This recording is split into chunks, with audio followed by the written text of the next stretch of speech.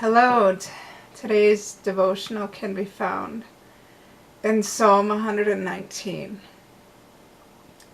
The Lord's statutes and judgments comfort us during our pilgrimage.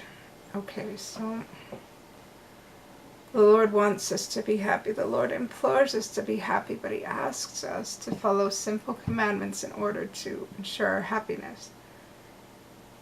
And the commandments He asks us to follow are related to our spiritual health and our physical health, emotional health, and our safety in all of these areas.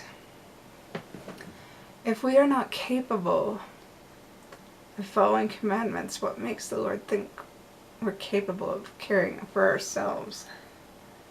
If we cannot follow the Lord's statutes and look after ourselves and be considerate that we are valuable enough that the Lord would ask us to do things to protect ourselves, well then, we don't really care about ourselves now, do we?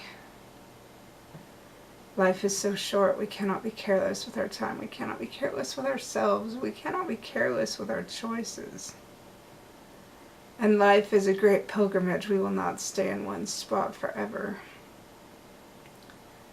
We will eventually move on and upward, and as life changes, so will our decision-making patterns, and eventually we'll have to make decisions that are best for us despite what everybody else thinks. One thing that should not change but only increase is our faith and trust in the Lord. He is the one that will stand by us through all things. Others may abandon us simply because it proves inconvenient to stand by the Lord. But we must stand firm. We must stand strong. We must choose to value ourselves as children of God enough that we stand by the Lord even when it's inconvenient for us to do so. Our pilgrimage does not end after death. We move on into life after death. So, what we do in this life matters. It will affect how we traverse post-mortality.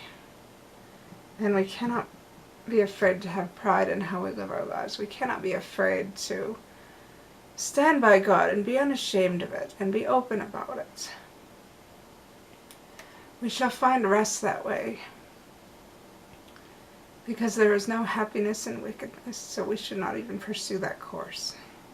But of course, everybody has to learn for themselves, so they probably will pursue that course and either lose themselves in it or learn from it. We all have our agency, but we will not find rest if we use our agency poorly. But it's our choice. And with that said, I love you all so very much, and I say these things humbly in the name of Jesus Christ. Amen.